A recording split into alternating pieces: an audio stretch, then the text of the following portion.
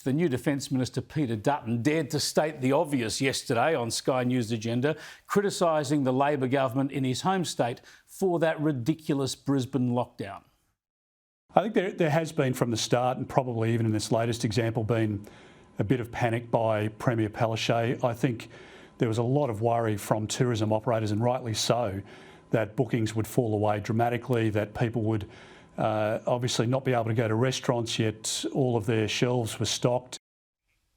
Good on him. As I've outlined earlier, this stuff is beyond dispute. It's got to be called out. The damage is enormous. But the Queensland Deputy Premier, instead of admitting his government might have finally learned a valuable lesson, he went to the left's favourite trough of identity politics, trying to argue that any criticism of his government's incompetence was just an attempt to distract from the toxic swirl around sexual assault and harassment in Canberra. Orchestrated campaign over the last few days to try to stop you all talking about Brittany Higgins and rape and sexual harassment and all of the things that have happened in Canberra. They were, in fact, so eager to distract everybody from those topics that they put at risk confidence in their own vaccine rollout program that continued yesterday with Peter Dutton's outrageous attack on our Premier. And so, you know, if Scott Morrison stays true to form, then I'd expect over the coming days they'll continue to try to find lots of distractions so that people are talking about that and not the treatment of women in Canberra. You've got to do better than that, Stephen Miles. That is cheap and nasty. That is using a serious issue about women's safety and how women are treated and using it as a political shield. He's doing exactly what he accuses Dutton of doing. He's using rape and sexual assault to hide from explaining his state's lockdown madness. Miles needs to make sure that his government learns how to contact trace, to vaccinate its frontline workers and control the pandemic without lockdowns and border closures. Then perhaps he can start lecturing other governments. Let's bring in Catherine Bennett now, the Chair of Epidemiology at Deakin University. Good to talk to you again, Catherine. Thanks for giving up your time at Easter. I want to go back to these short lockdowns we've seen in a number of states. South Australia in November, then across Perth, Brisbane, Victoria, the early part of this year. Short lockdowns with very small clusters and known sources. On all the evidence, they achieved nothing, didn't they? They're really put in place as a safety net. So it's really trying to buy that time so people can get out there, find the contacts and get them into quarantine. That's the idea of these circuit breakers, as opposed to the longer lockdown, which is really aimed at closing down transmission. The first one in Queensland, then followed by Perth and then Melbourne later, they were particularly motivated because it was this B117 variant, and we'd seen the devastation in other countries where they had large case numbers. We just weren't sure how the virus would behave in the community here. And we know it's more infectious, it's just what that really means in terms of containing those even small clusters. So that was behind, I think, the first circuit breakers. But what we need to do is actually, even if in all these cases, all 4 cases, with the B117 variant, you're right, the circuit breaker didn't come into play. Fortunately, the contact tracers were on top of it, and we didn't find that there were more unknown cases in the community to worry about.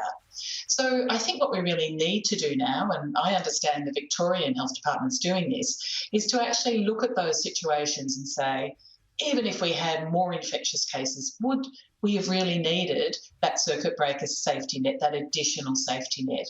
And it'll help the health departments then decide if there's extreme situations when they need them, but where it's safe not to bring them into play. Because as you say, that's where we get a lot of the cost of these short, sharp breakers is still significant. So we need to only put them in place when we've got a good argument, a good evidence-based argument for using them.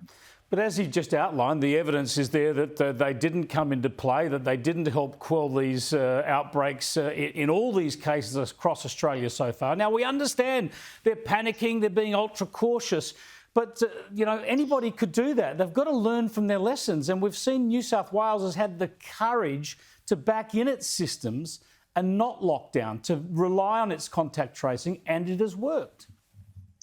Yeah, look, it is always hard to evaluate safety nets by their very nature. You know, having a safety net, it's a good thing if you don't need to use it. But the question is, did you need it in place? That's a slightly harder one to answer from an epidemiological point of view. But it is possible. We can use these now as true life scenarios, look at how long it took people to get into quarantine, imagine worse scenarios in terms of viral spread, which can happen by chance. We've probably had a lot of luck playing out recently, and that should help us out.